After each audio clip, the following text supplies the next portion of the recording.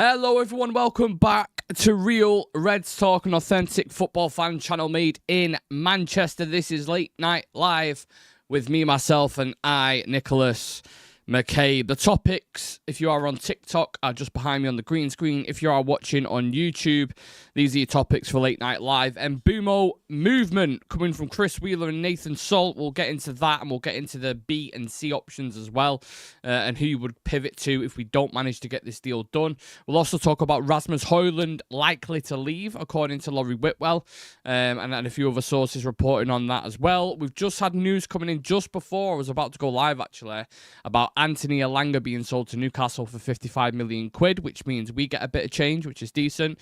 And also we'll speak about the heartbreaking news about Diogo Jota of Liverpool as well, and we'll kind of do that towards the end. But let's kick it off with this Mbuemo stuff. So from Chris Wheeler and Nathan Salt, Manchester United are edging closer to signing Mbuemo, and that's right, we have hit, we can tick a certain word being phrased, being used on your bingo card, your transfer bingo card. Edging closer, so close you can touch it, sniffing out a deal, just dotting the T's, I's, whatever that saying is, the typical kind of transfer stuff. But there is a general consensus and a general feeling that the deal will get done this week. That's what quite a few people, no one wants to put the neck on the line and say that that's what's basically going to happen, but there is a lot of people reporting on it, which I think is interesting. Also, on the flip side of things, what's also been reported is if Man United don't manage to get this deal done, then they are going to pivot to options like Semenyo at Bournemouth or Eze at Crystal Palace. Now, I know Eze is linked with Arsenal quite heavily, so that obviously I would imagine he'd probably favour a move to Arsenal. Already being in London, Champions League club, pushing for a title, it would make sense more for him to go there. But they are the names that have been mentioned. We're looking for a player in one of those inside 10 roles, and Eze, Semenyo, and obviously Mbuemo and Cunha, who've already signed, they all kind of fit that kind of position. So they're a couple of the players that we've been linked with. I just don't get how they're going to pivot to those, because the main reason, and the one thing I've always stuck with Bryan Mbeumo, is Brentford, it seems they want around 65 to 70 million pound. Now, whether that's with add-ons included or if it's just straight, I don't know. I don't know the specifics because no one's reported on it. It's more like we've offered 55 plus 7.5, but they've rejected it. So I'm sure we'll find out the finer details soon. But if it is around 65 million quid, okay, let's say we want to pivot to Antoine Semenyo. Bournemouth are asking for a similar price, 60 plus. Now, wages might be a factor, might be slightly different, but you're going to be paying the same fee. And to me, out of them three options, not just because we're linked with him and not just because we're going to go get him, Mbuemo is the better player. He is. It's just, last season he was the better player anyway, if you're looking at it in isolation.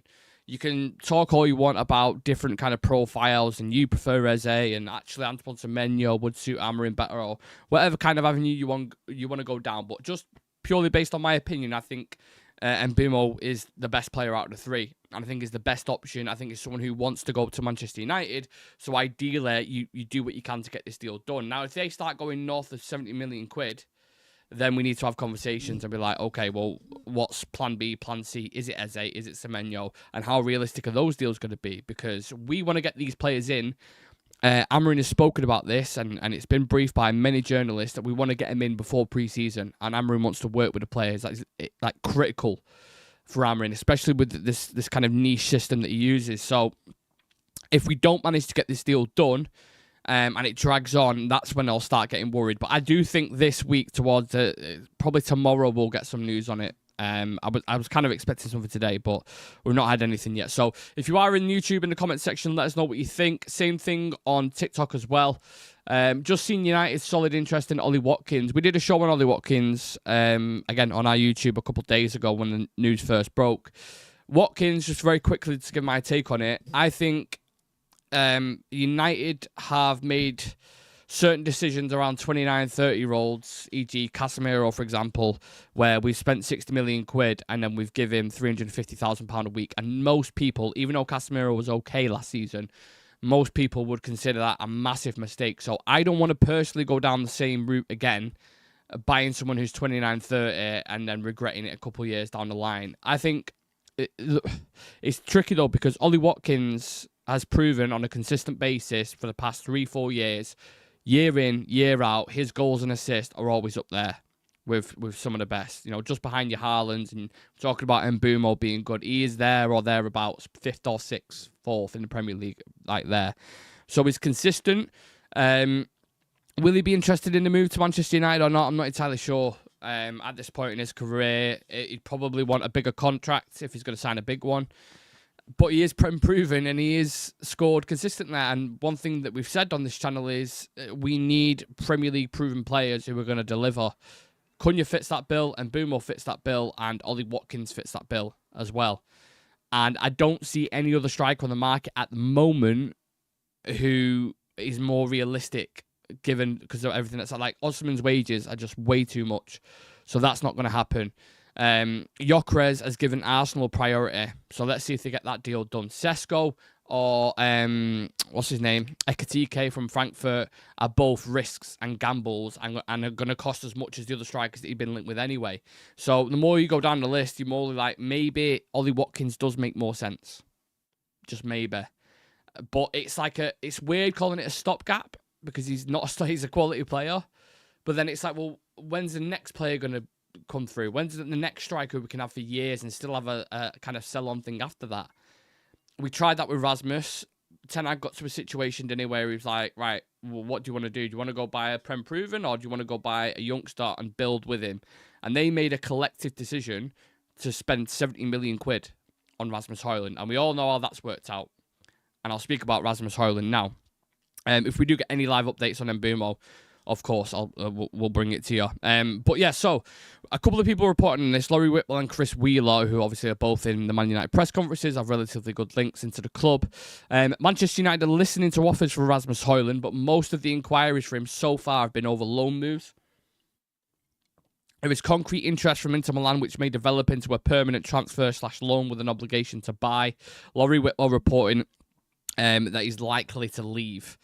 I'm not sure where that quote is pulled from, by the way, so I need to double check that because some people have been reposting Laurie quotes without actually looking into it. So I'll double check that in a minute. But there seems to be, again, a consensus around Manchester United that Højlund is going to move. And if he is going to move, it's likely it's going to be a loan or a loan with an obligation, which, again, I'm not a huge fan of. But this brings me to something I wanted to discuss with you lot. And it was, if you're Manchester United and you move Rasmus Højlund on loan, and let's say it's not even with an obligation, let's just say it's with an option to buy, how is that beneficial to you? Let's say you sign Watkins, right? You have Watkins as your main striker, and then who? People might say Xerxes, but Xerxes isn't really a 9. It might work. I don't know. There might be some tactical tweak where they bring Xerxes in and they play Xerxes and Mbuemo and Cunha together. Maybe that'll work like Liverpool kind of did with Firmino, Mane and Salah. I don't know. But as it stands right now, I think the majority of Man United fans don't really think Joshua Xerxes is an out-and-out number 9. So that would lead me to think, okay, well, if they're going to go sign Watkins, and who's going to be your second striker? Who's going to be the understudy? Because that was your Rasmus Højlund, but people don't rate Rasmus Højlund. So if they get rid of Rasmus and he goes to Inter Milan, let's say, or an Italian league, then do we bring in another striker? And the one name that keeps floating about, which I absolutely can't stand, and he's a free agent now, I think, is Calvert-Lewin. And there is something in me. There is no links at all, apart from like a good few months ago. I think Laurie Whitwell may have reported it. There is something in me that makes me think they're going to send out someone like Rasmus Højlund on loan and bring in an experienced striker like that, just either as a loan, as a cheap deal. I don't know what it is. I don't want them to do it. I'm not saying they will, but I just got a feeling they are going to do it. I don't know what it is. It's just something about it. It just stinks of something that we would do. Of course, they was looking at someone like Liam Delap for 30 million quid, a young British striker they wanted to bring in. Maybe they bring in Watkins and Calvert-Lewin. I don't know. There's just something there. I wanted Gyökeres, but it's not looking great. It's not. And also, don't forget, right? He has given Arsenal priority. Why do you want him? If he's given Arsenal priority, why are we still talking about him? Like, yeah, he'll be the guy to come in and score loads of goals. Because what happens now if Arsenal go, no, actually, we're going to go with Benjamin Sesko. We're keeping our options open, but we're going to go with Benjamin Sesko. Do we then go crawling to him being like, oh, come on, Gyökeres, come on, Victor, come to us? I don't want to be that guy. So the striker situation is probably the most fascinating to me at the minute.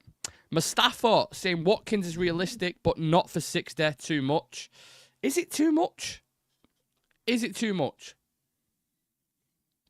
Now, I know Harry Kane and Ollie Watkins are different players, right? Harry Kane is probably the best striker on the planet, right? And he's a level above an Ollie Watkins. But I don't see Bayern Munich complaining about bringing Harry Kane in for the price that he did, with the age that he's at, with the ways that he's on. Now, that can go one or two ways, but Harry Kane has gone there, won a trophy, and has been pretty prolific for him. Of course, they haven't done it in the Champions League. That's something that they want to do eventually, but I don't see them complaining. Would people complain if we brought Ollie Watkins in and he does the business and he does what he's been doing for the past 3-4 years? Because there's nothing to suggest that he wouldn't do else. You know what I mean? He's proven he can do it. So if someone says to me, just in isolation again, this is what he's going to give you, you're going to get, I don't know, 17 goals and 8 assists out of Ollie Watkins. You're going to spend 50, 60 million on him. Then do it. We need proven. Don't forget, we finished 15th, people, last season. 15th we finished. So we can't really be like, oh, well, maybe box clever and get this young striker here and do that. No, bring in someone who's going to come in and, right, bang, who's going to demand the ball, who is proven. All three of them players that we've been linked with and one that we've bought in Cunha have all done it in the Premier League. And have all done it, by the way, for lower clubs as well. They've not done it for big clubs, which may bring a problem in itself, but they've done it for Brentford. They've done it for both. I mean, Watkins has done it for Brentford as well. And then you got Cunha who's done it for Wolves. Obviously, Watkins doing it with Villa at the moment. But I don't know. I don't mind it. The more I think about it, the more I'm like, I don't actually, yeah. Tommy's saying, do you think the delay with the third bid is due to the fact that Brentford want more cash and we're looking at a sale first now? This whole thing at the minute with Mbuemo, anyone who's asking about the structure of the deal, that is basically what it is. We're going to Brentford and we're saying, can we pay for Mbuemo on Klarna like we did with Mateus Cunha? And Brentford are going, no, we want more cash up front.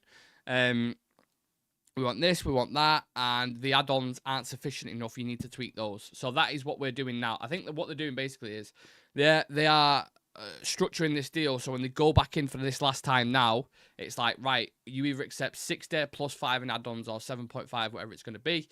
We'll pay a little bit more up front. That is the deal that we're going to do. And if they say no, I have reason to believe that United are just going to walk away. They're just going to say, right, yeah, we're going to move on because we've had 3 bids rejected. You clearly don't want to meet us in the middle or lower your what you're demanding. And maybe we'll do the same thing what we did with Branthwaite when we was offering money for him. Everton was like, no, we want 70 million. We want 70 million. We was offering 50, 55, and 55 add-ons. And they was like, no. And we was like, okay, we're going to walk away. People might disagree with that. But if you want to set a precedent in the transfer market, if you want to start to gain a reputation, then these are the things that you had to do. Omar Barada did it with Manchester City. You offer a certain amount or you have a cap that you go to, and they're like, nope, they walk away. And they did it with some of our players. I'm pretty sure they did it with Harry Maguire when Man City were linked with them. And he was like, nope, we're not going above 50 or 60. So it's about principle. Would I be devastated if we didn't get Mbuemo? Yeah. But from Brentford's perspective, I don't think... I think it's risky for them, to be honest with you. Now, 60 million, 65, whatever, is really, really good money for them. And how they kind of reinvest that, I'm not sure. But don't forget, Brentford... Oh, shit. Brentford this season, they've lost Thomas Frank, you know, the manager who's brought everything together and has been incredible for them and has done so underrated in my opinion. When we got linked with him and when Ten Hag left, I was like, I would be up for it because I think he's a quality manager. But so they've lost Thomas Frank, they've lost Flecken in goal. They had to replace David Raya with Flecken, and now Flecken's gone to Germany. I think not reunited, but he's gone with Ten Hag, right? At Bayer Leverkusen, I'm pretty sure. So they've lost Flecken.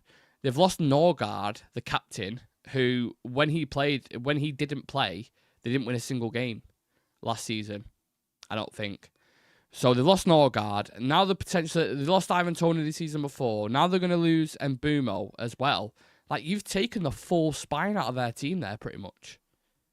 If I was a Brentford fan right now, I would be worried. Genuinely worried that you might be fighting relegation next season. You take 20 goals out of that team. I know they've got Visser, but maybe Visser's not the same without Mbuemo there. Maybe the pressure is kind of mounting on him a little bit more. So it's a risk for them.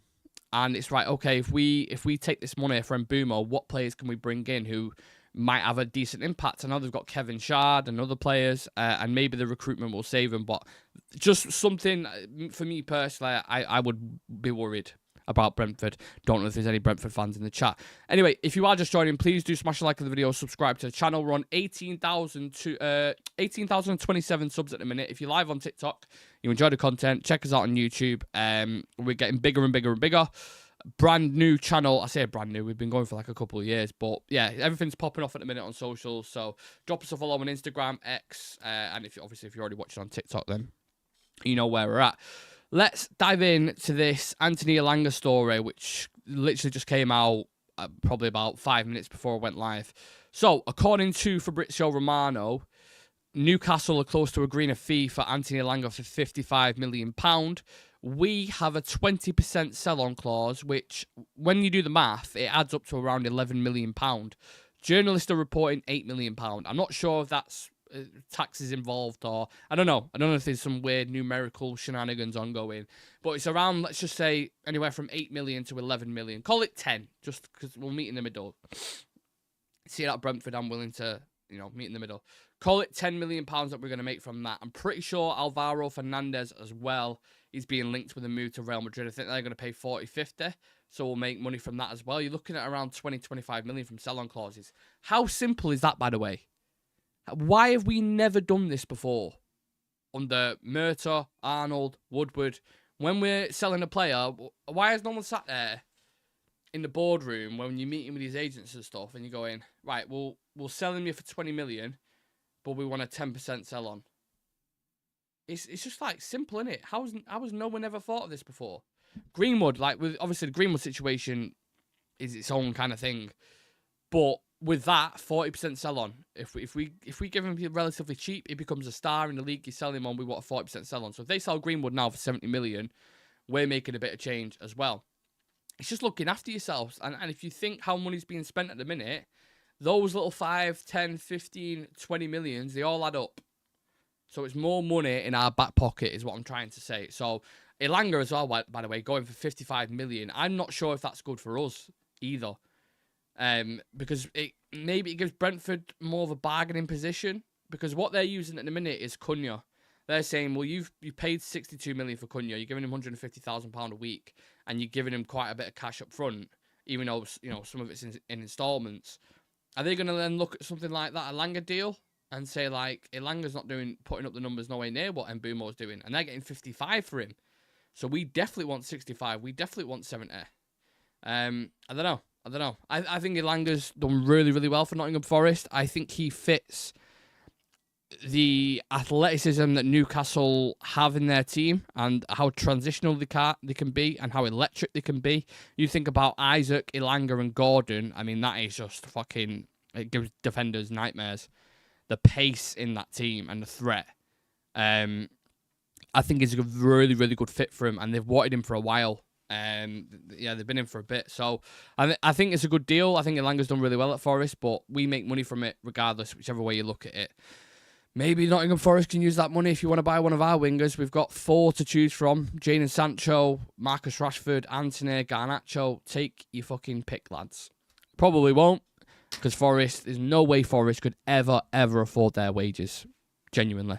Tamisan Deliso says United, I want Osimhen, Mbuemo, Emi Martinez, Edison. I mean, that's just a load of list of players that I'm not going to go through. Controversial, would you bring Greenwood back? Absolutely not.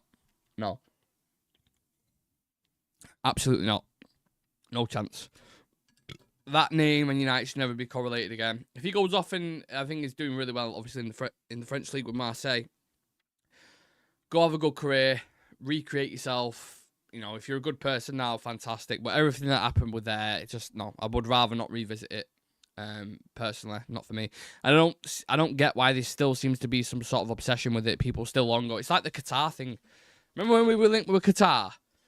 People are still ongoing about that now. You just please, just fucking give it up. For the love of God, give it up. It's not going to happen. People are just still craving certain things. That whole scenario around United and how long it dragged on for, honestly, people made meals out of that fucking Qatari story, genuinely. There was some kid, do we remember? Some kid in Wales put a tweet out that the Qatari deal was done. And this was a kid who had like 300 followers or something, and it went everywhere. It went viral. There's people in Saudi talking about it. There was people in the Middle East, like everywhere. People were talking about that. And you're just like, what the I just, yeah. United media and stories can just be really, really like take it to another level. And trust me, from covering it for the past 3-4 years, some of the stories that you see come out about Manchester United are just like utter bollocks. So, yeah. Let me double check if there's any updates coming in. I've seen Arsenal are going for Madueke, which is crazy, isn't it? Separate from Eze deal. So they want Madueke and Eze. I mean, Chelsea as well. Chelsea doing a madness. I was speaking to my mates before, right? I don't know if there's any Chelsea fans in the chat. And I was having a look at the attackers that they've got. So currently at the minute, they've got Cole Palmer, Pedro Neto, Noni Madueke, João Felix, Jackson, Nkunku, Sterling, Armando Broja, is it? Mudryk as well.